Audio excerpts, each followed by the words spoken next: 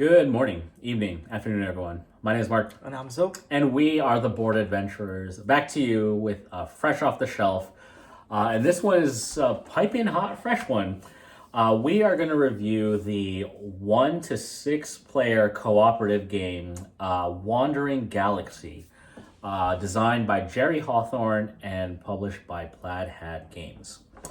This is a campaign type of game.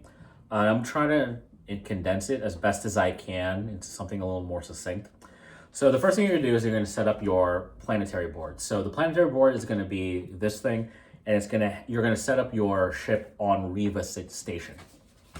You're going to give each person one of these little sections here. So I'm just going to go over them in small detail.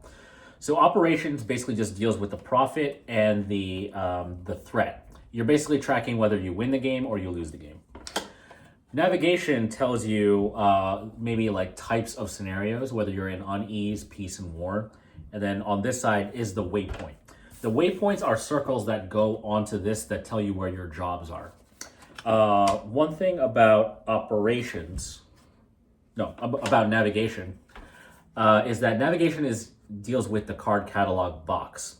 That box has all of the jobs, all of the allies, weapons, items. They control that bin of area. Logistics is your supply. So when you first get this, the person's going to put the supply token on this, and it'll increase based on the scenario. Fourth is engineering. Engineering has to deal with power. This is the main way that the ship moves. Whenever you move the ship, you have to spend 3 power for you to move the ship from one location to another. The hull is basically just a tracker. If it gets to the bottom, you're going to type in an effect. Just note that this game is on an app, so you'll need to go to the wanderinggalaxy.com app for you to start a campaign of this. Next is science. Science deals with your life support and any science projects. There's going to be scenarios where the prompt will tell you either to lower or increase life support and also start a new science project. If a science project gets to the very top, you get to flip it and it becomes a new item that you can take from the card catalog. Security is the last section, and what that person deals with is they control anything that's on the ship in terms of how you fire and enemy dial. So there's some scenarios where you fight an enemy. You're going to set the dial to those numbers, and you are going to resolve it that way. The main thing about this game is that this is a deck building game along with the app. So when you get on the app, you're going to get to Riva Station. So again, we're just going to show you kind of like the first book here. And you have different scenarios whenever you open up. So in the app, you'll load up the location. You'll say Riva Station is your first, campaign, and you're gonna, turn to this page, and then you're going to start. You're gonna start the scenario. You're then gonna start a timer. That timer is going to run down, and you're going to go in turn order at placing your characters on a different location. The characters you get to build prior to you starting the game. And you get a whole bunch of things like you get to name yourself, you get a special ability, you get a starting item. I don't know if you start off with a nickname, but you can get a nickname in this game, which is kind of cool. But you'll open up that scenario and you'll place them onto each location. Some locations have a required section that you have to go to. There's areas that only one person can go onto, and some that have multiple. So you can go off of that.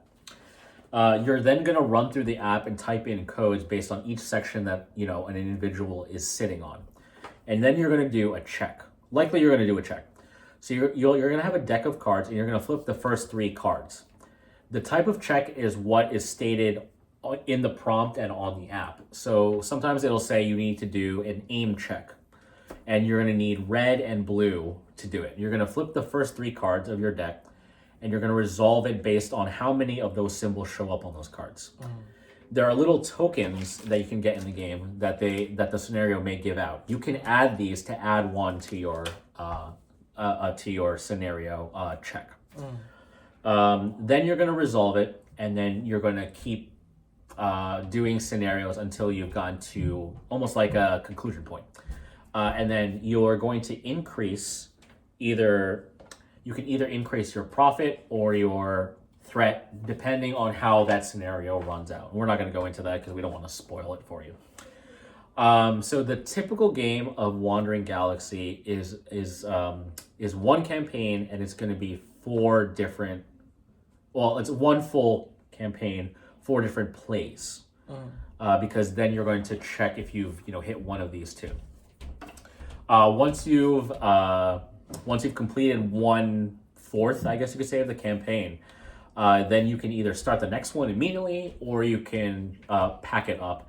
Whereas then the game will automatically, the app will save it for you that you can come back to and restart again. Gotcha. Yeah. Yep. With that being said, that is Wandering Galaxy. Just to note, we have finished a campaign and we're halfway through one of the other campaigns. The app, as far as we know right now, it has 3 campaigns on there. We've played through about 1.5 of them right now. Yeah. With that being said, that is Wandering Galaxy. What do you think? Yeah. So Wandering Galaxy, I started to learn here as a gamer that I typically like adventure games. That's kind of up my alley. So Wandering Galaxy was a fun playthrough for me, just as an adventure game and as a story game. The deck building aspect of the game is really fun. Yeah. I really enjoy the deck building aspect of the game. Once you add cards, that helps your checks as you go through the game. In terms of the adventure itself, the humor, the game has a very good sense of humor about itself and just in general, just pretty fun. It's very Guardians of the Galaxy kind of vibe in terms of plot and the characters, but the humor is very tongue-in-cheek. Very self-aware and punny in regards to space adventures. So I think that really, really works.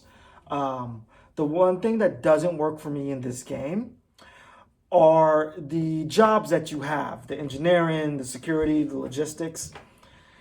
They're not that fun to keep track of. And if you're playing as a full table, some of them are better than others, and you might get stuck with, I'm just the engineer, I'm just the operations, I'm checking if we win the game and lose the game, that's pretty much it. And that's not really as fun as other, like the engineer is a little bit more fun and more involved in what you're doing. Yeah. Some of them are created, they're not created equally, the jobs. Some are better than others, and as a whole, the jobs aren't that fun. The fun of the game is the adventure itself and the deck building. And I think it's good. What about you?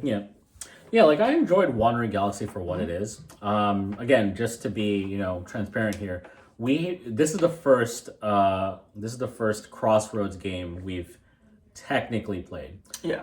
So we haven't played Forgotten Waters. We haven't played Freelancers. I guess I've played Dead of Winter technically, but I don't know if that would be considered as part of this Crossroads series. But I would consider this maybe separate because this has its own, app that it deals with. I did enjoy the storyline. It does make it feel cinematic, and that you are kind of playing out the story of this like crew of hoodlums, I guess you could say, going through the galaxy solving stuff. One thing I will note is that there are certain jobs that you're given for each piece of the campaign you start. And just as a side note is that if you decide to, like this game is about 1 hour to 2 hours per section of campaign. And there's 4 sections. If you decide to kind of veer off and try to find new jobs, you could possibly add another hour to 1.5 hours. Depending on the job that you find. You might not even find a job. That's kind of like where it kind of leads you, is you can veer off to anything you want in this game. Just note that it does add time then to your game because you're not doing the main kind of like one that's been given to you. Other than that, the scenarios are pretty interesting because there's kind of 3 different types of scenarios you have.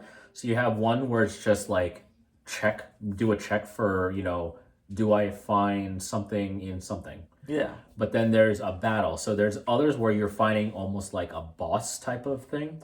So there's like a different, page in the book for that. There's like a whole bunch of pages in here. I won't show you those just for clarity.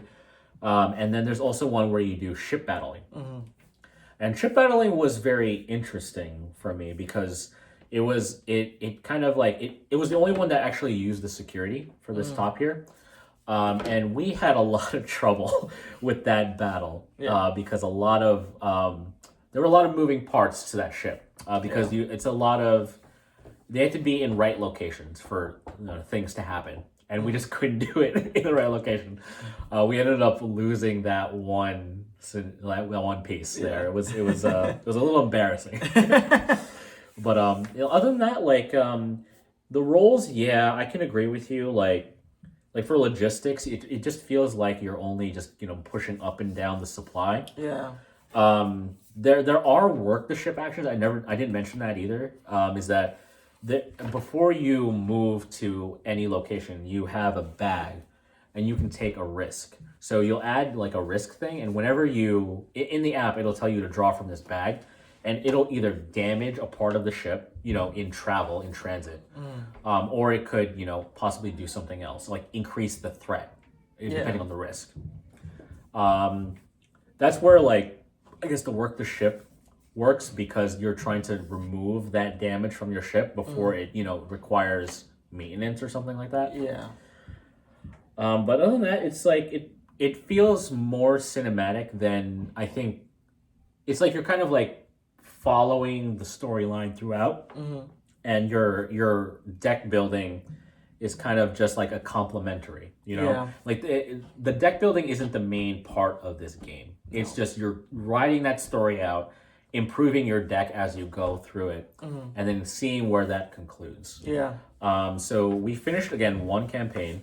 The second campaign we started, and we're halfway through, just because we wanted to make sure we kind of see a broad spectrum of things. So there's definitely different themes. Like the first theme was definitely more catered to a specific type of task, and then the third one's definitely catered to a specific type of theme. So you're definitely living, like, you have enough in here that you'll eat. You'll take a lot of time getting through if you like this game. But that's kind of where I stand right now. Yeah. Cool.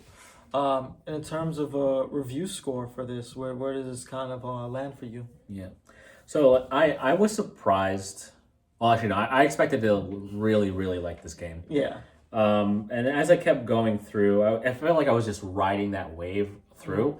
And I still enjoyed the game at the end, but I don't know how much I'll want to come back to this game now that I've kind of finished through half to about like 3/4 of it. With that being said, I'm coming down at a 3.5. I think if you like the other Crossroads games, I don't know actually if you would like this game. This game deals with deck building. I don't know what the other ones deal with. I don't know if there was dice in the other ones. But the deck building aspect is just a very secondary part of this. It's really, if you're expecting a good story out of it, go into it hoping for that. The gameplay is just there to kind of like give you some kind of like activity to do while you're living it out. What do you think?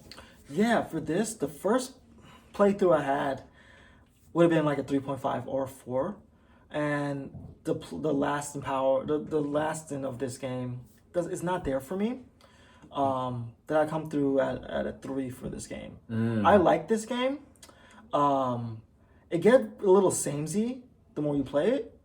Even though it's an adventure game, you're seeing different things, and the humor really works with each adventure. But it's not that interesting from play to play. You're not learning anything that interesting throughout the story for me to really recommend this above other adventure games that I really enjoy. But I do think, like, if you like adventure games, you like space games and you want something with a really, really good sense of humor, this is definitely worth a play.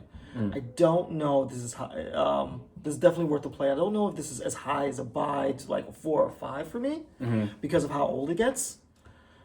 And the jobs are just, I'm not a big fan of the jobs. But I still really like this game. I like the deck building a lot. I know it's a very secondary aspect of the game, but I think the deck building is really good. But yeah, this is just a 3 for me. Okay. Cool.